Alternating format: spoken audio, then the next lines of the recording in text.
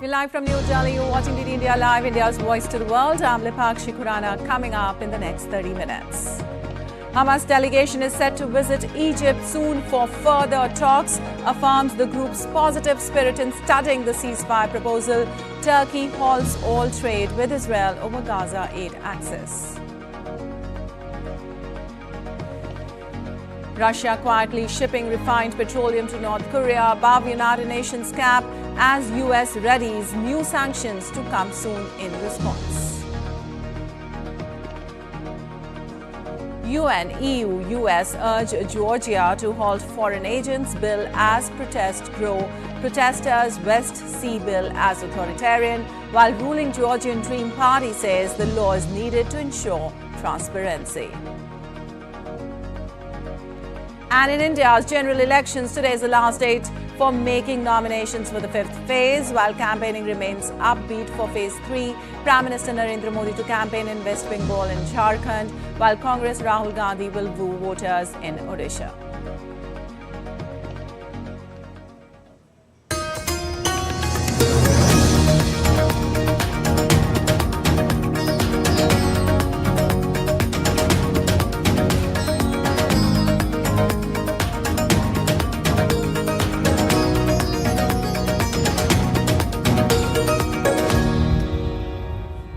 Well, on to the details now. Hamas said a delegation is set to visit Egypt soon for further ceasefire talks in the Gaza conflict. In a statement, Hamas said that Haniyeh had affirmed the group's positive spirit in studying the ceasefire proposal during telephonic conversation with Egypt's intelligence chief. Earlier, Hamas chief Ismail Haniyeh discussed the ongoing Gaza ceasefire talks in separate phone calls with Egypt's intelligence chief Abbas Kamel and Qatar's Prime Minister and Foreign Minister Mohammed bin Abdul Rahman Al Thani. Hamas on last Saturday said it received Israel's latest position and would study it before giving a reply. Also, the Egyptian state-affiliated Al Qahira News quoted a high-level Egyptian source as saying that the Hamas delegation would arrive in Cairo in the next 2 days. Egypt recently renewed its bid to push stalled negotiations between Israel and Hamas to agree a ceasefire in Gaza. And Turkey has halted exports and imports to and from Israel. Turkish Trade Ministry in a statement said export and import transactions related to Israel have been stopped, covering all products. The statement further reads, Turkey will strictly and decisively implement these new measures until the Israeli government allows an uninterrupted and sufficient flow of humanitarian aid to Gaza. Turkey last month imposed trade restrictions on Israel over what it said was Israel's refusal to allow Ankara to take part in aid airdrop operations for Gaza and its offensive on the enclave. The two countries had a trade volume of $6.8 billion in 2023. And the announcement came after Israel's foreign minister Israel Katz said Turkish President Recep Tayyip Erdogan was breaking agreements by blocking ports from handling Israeli imports and exports. Israel Katz, in a social media post, said he instructed the Ministry of Foreign Affairs to work to create alternatives for trade with Turkey, focusing on local production and imports from other countries.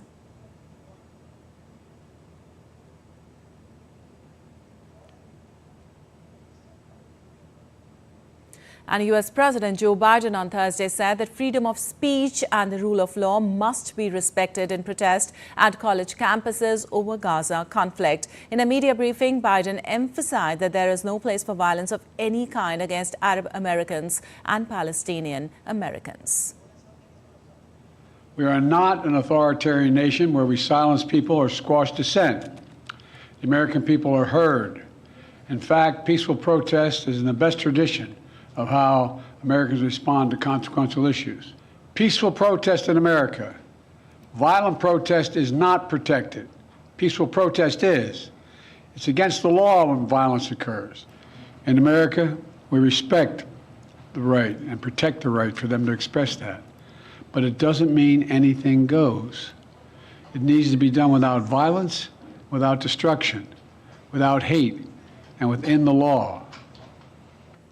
Well, Russia has been shipping refined petroleum to North Korea in volumes that may violate the UN Security Council's restrictions. The disclosure came on the first day after a UN panel of experts monitoring enforcement of long-standing UN sanctions against North Korea was disbanded after a Russian veto. Moscow supplied over 165,000 barrels of refined petroleum to North Korea in March alone. North Korea is limited to importing 500,000 barrels of petroleum products per year under UN sanctions. The move was condemned by several other UN members who accused Russia of shielding its purchases of North Korean arms for its war effort against Ukraine. State Department spokesperson Matt Miller said the United States and its allies are working to announce new coordinated sanctions designations this month. The United States will continue to impose sanctions against those working to facilitate arms and refined petroleum transfers between Russia and the DPRK. We are currently working with our partners, including Australia, the European Union, Japan, New Zealand, the Republic of Korea, and the United Kingdom to announce new coordinated sanctions designations this month.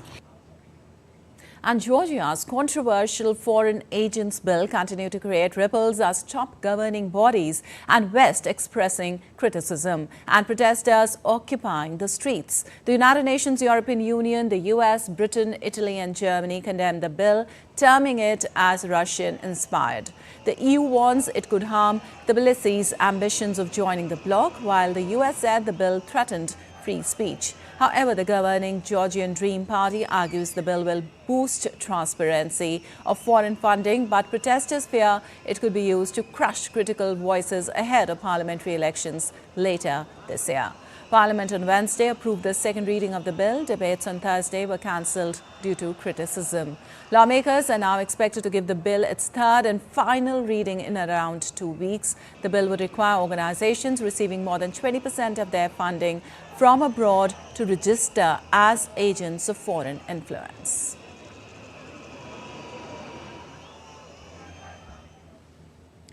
Well, a lawyer who worked for Stormy Daniels, the adult film star at the center of Donald Trump's criminal hush money trial, has taken the witness stand again. The former president has been charged with 34 counts of falsifying business records in an attempt to influence the results of the 2016 election. DD India's correspondent Ira Spitzer reports from New York, where the Trump trial is taking place.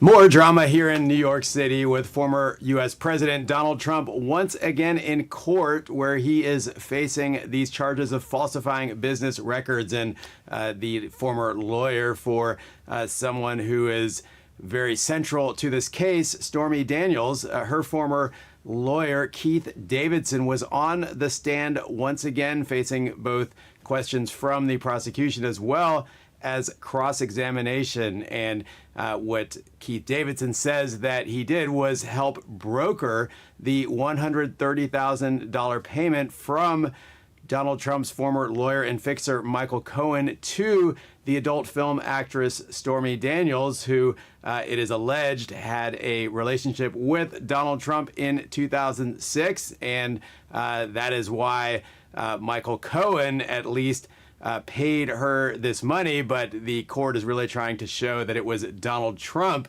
who was ultimately behind this payment. So it was a dramatic testimony in some cases, shedding some light on this somewhat seedy world of what the Trump prosecutors actually called extortion of celebrities, although Keith Davidson pushed back on that assertion, saying that he was not in the business of extorting celebrities. But certainly jurors got a glimpse into this world of hush money payments, which is, of course, what is being alleged here. And another dramatic scene followed that, where a separate witness actually played a recording of Donald Trump and Michael Cohen discussing another alleged hush money payment, not the one with Stormy Daniels, but a similar payment to a woman named Karen McDougal.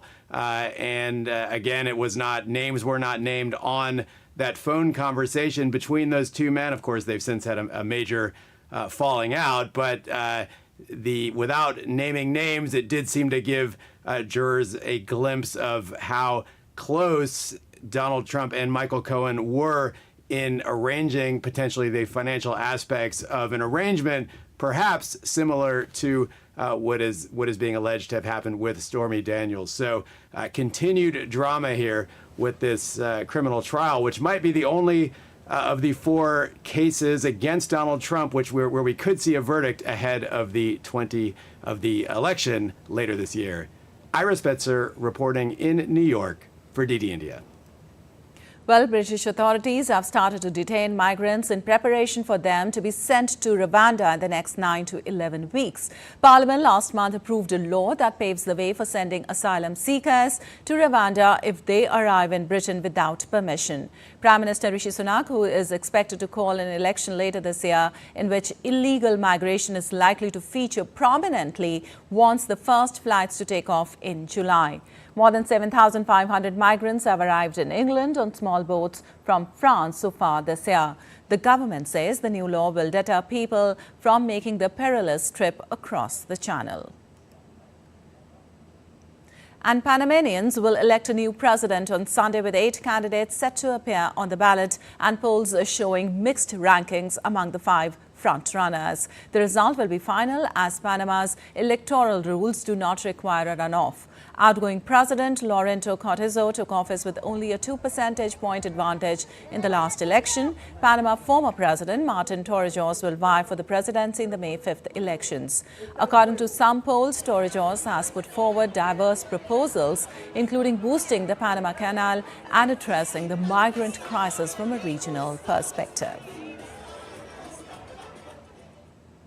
And Arizona Governor Katie Hobbs signed House Bill 2677 into law on Thursday, repealing the state's 1864 ban on abortion. The repeal was passed by the Senate in a 16-14 vote on Wednesday. 2 Republican senators crossed party lines to vote in favor of repealing the ban.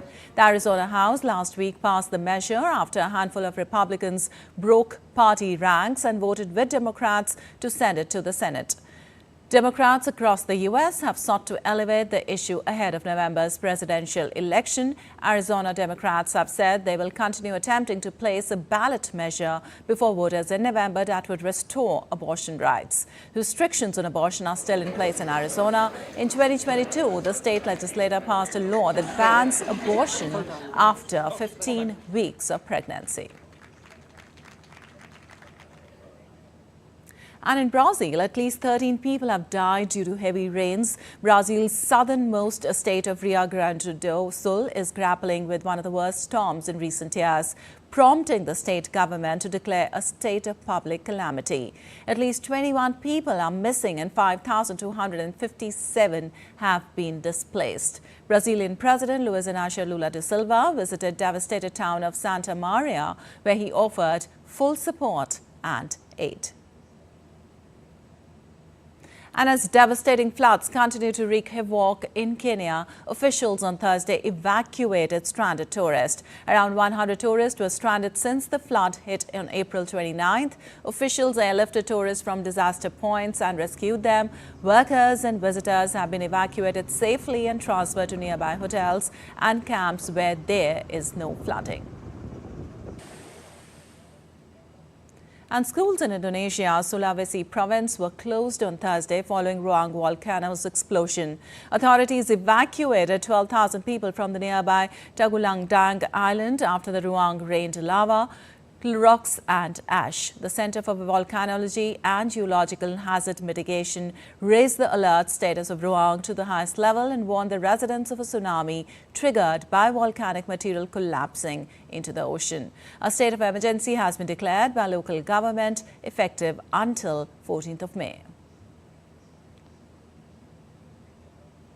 And news from around the world now. Singer, Anita, actress Mariska Hargitay and Amy Schumer was celebrated at Variety magazine's annual Power Women Luncheon in New York on Thursday. The event honors female leaders in the entertainment industry who are also giving back in various ways. In Vietnam, art and the digital world are coming together to give audience an interactive art session. Song Lab, Vietnam's first digital art hub, was inaugurated in Central Hill City. Its archives of artworks draw inspiration from Vietnamese culture, art and architecture. The space offers an art-filled experience using cutting-edge projection, sound, light and scent technologies. And still to come in this edition of DD India Live. As India gears up for the third phase of general elections, we'll tell you about Vidisha and MP, which is a high-profile seat. Spreading over the city through its wide network and rapid transformation, India's Delhi Metro celebrates its 30th Foundation Day today. And Bayer Leverkusen's record unbeaten march continues with a 2-0 win at Roma in the first leg of Europa League semi-finals.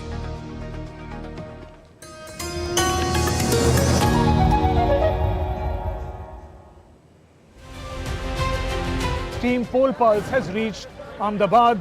Gujarat is BJP's bastion, home turf of Prime Minister Narendra Modi. All eyes are on whether the BJP can have a hat-trick in 2024. It will be much better when अगर हमें job opportunity Ahmedabad में ही मिल जाए. हम ladies है तो हम कभी भी रात को 12 बजे भी अगर जॉब के हिसाब से घर जाए तो हमको लगना चाहिए कि नहीं हम पूरे सेफ कंट्री में रह रहे हैं. Join us as we track the pulse of Indian democracy.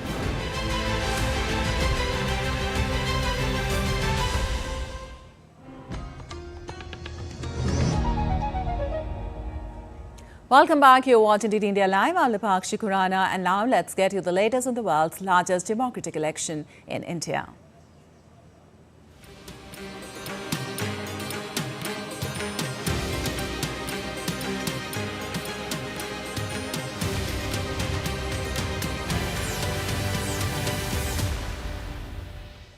And the third phase of voting in the ongoing Lok Sabha elections will take place on the 7th of May. In this phase, voters across 94 Lok Sabha constituencies in a total of 12 states and union territories will exercise their right to franchise. Last month, the Election Commission of India postponed the polling for the ongoing general elections in Madhya Pradesh's Betul following the death of the BSP candidate from the constituency. The polling in Betul will now take place on the 7th of May.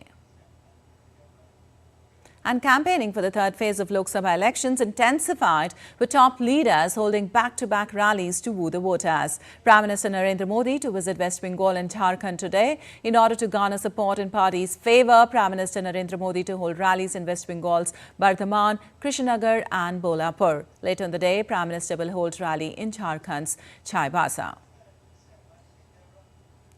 And with the Lok Sabha polls underway and the election campaigning at its peak, BJP leader and Union Home Minister Amit Shah will visit Karnataka, Maharashtra and Goa today to sought support of voters for their respective party candidates. Amit Shah to hold rallies in Karnataka's Hukeri, Maharashtra's Ratnagiri and Sangli. Later in the day, he will hold rally in North Goa.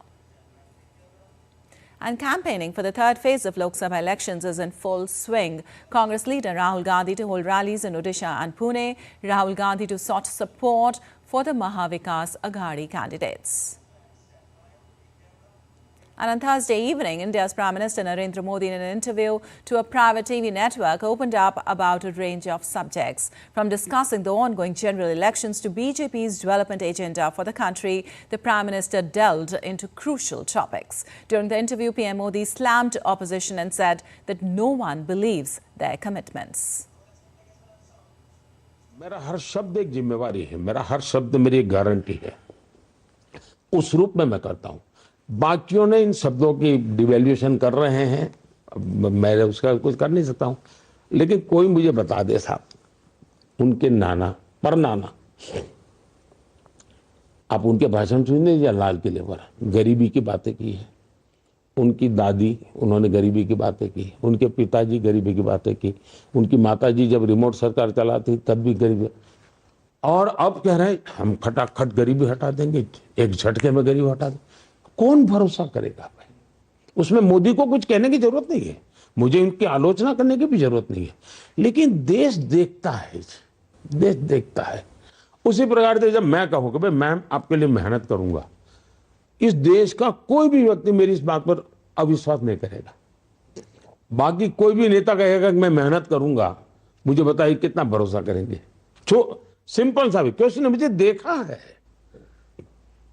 उसको पूछना, या मोदी कह रहा है करेगा मेहनत, पूछना नहीं पड़ता है। तो मेरा जीवन, मेरी वाणी और मेरी गारंटी, ये सब एक सूत्र में है जी। Well, there are 9 seats in Madhya Pradesh that go to polls in the third phase. Vidisha is among the high-profile seats going to polls and is known for its connections to BJP stalwarts Atal Bihari Vajpayee and Sushma Swaraj. Shivraj Singh Chauhan won the seat 5 consecutive times from 1991. DD India's correspondent Akshay Dongre gets us the details. How are the battle lines drawn between Shivraj Singh Chauhan versus Pratap Bhanu Sharma of Congress? The Great Stupa at Sachi, one of the oldest stone structures in India, dating back to over 2000 years. The Udaygiri caves of the Gupta period from the 3rd century CE, containing some of the oldest surviving Hindu temples and iconography in India. These are some of the many treasures that Vidisha in Madhya Pradesh holds. The historic city goes to polls in the third phase of the 2024 Indian general elections. BJP has fielded Shivraj Singh Chauhan, the longest-serving Chief Minister of the state. Chauhan says people of Madhya Pradesh will vote for him once again because of his previous works. This is my family. This is not about politicians or the public. We will help in building a developed India, the development and the welfare of the people, and especially we will leave no stone unturned in empowering our sisters to move forward. The Indian National Congress has fielded Pratap Bhanu Sharma against Chauhan. Sharma says that not enough has been done by the government in the last 3 decades. What should we say, what the people of the region are saying? One's face does not become big by beating drums, or by publicity, or by getting photos published in newspaper. The people of Vidisha say that while the constituency has seen a major transformation, a lot more is required to be done in terms of generating employment and utilizing the potential of the region. A lot of development has happened. Roads have been built, but we need more employment generation in the region. There is a development, but inflation is a major concern. We just spoke to Shivraj Singh Chauhan, former Chief Minister of Madhya Pradesh, who is also a candidate from Vidisha Lok Sabha constituency. He has been a member of parliament for 5 terms and a Chief Minister for 18 years, one of the tallest figure in the politics of Madhya Pradesh. Once again, going for polls in the Lok Sabha election from Vidisha constituencies. It remains to be seen that whether this love will also translate into votes and whether a new record will be made in Vidisha Lok Sabha constituency. With camera person Ramakant Sharma, Akshay Dongre, DD India. And now let's take a look at other stories making news today.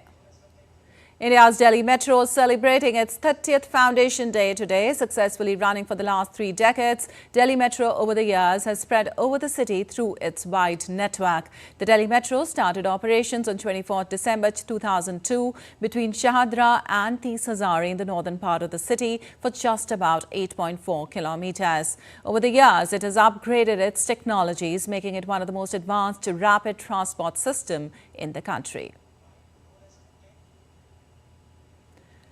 Around 100 sculptures crafted by a team of India's Tripura artists are now being installed in various locations of the Varanasi city. Some of the notable compositions include an idol of Nataraj, 8 classical dance forms, a composition on the theme of patriotism. Themes like spirituality, music and sports also got equal attention in the creation of artistic marvels. Porbandar Sudama Temple in India's Gujarat state seeks renovation to match famed temples like Dwarka and Somnath. Sudama Temple, dedicated to Lord Krishna's childhood friend, holds deep cultural and religious significance, drawing visitors from across the nation.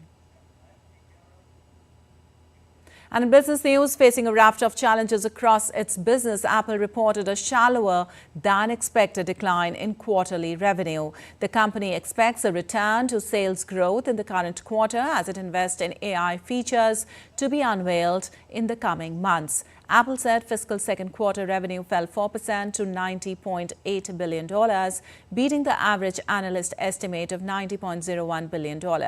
On the regulatory front, Apple's services business, which contains its lucrative App Store and was one of the few areas of growth in the fiscal second quarter, is under pressure from a new law in Europe. In the United States, the Department of Justice in March accused Apple of monopolizing the smartphone market and driving up prices.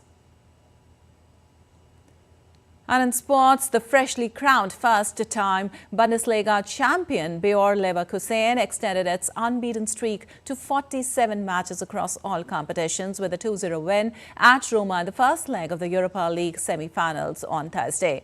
Florian Wirtz calmly slaughtered in the first goal of Leverkusen from the centre of the area with an assist from Alex Grimaldo. Midfielder Robert Andrich added another goal for Leverkusen in the 73rd with a long-range shot, just as Roma had been threatening on the other end. Meanwhile, in the other semi-final, Atalanta drew 1-1 Al Masele. The second legs of the semi-finals will be held next Thursday.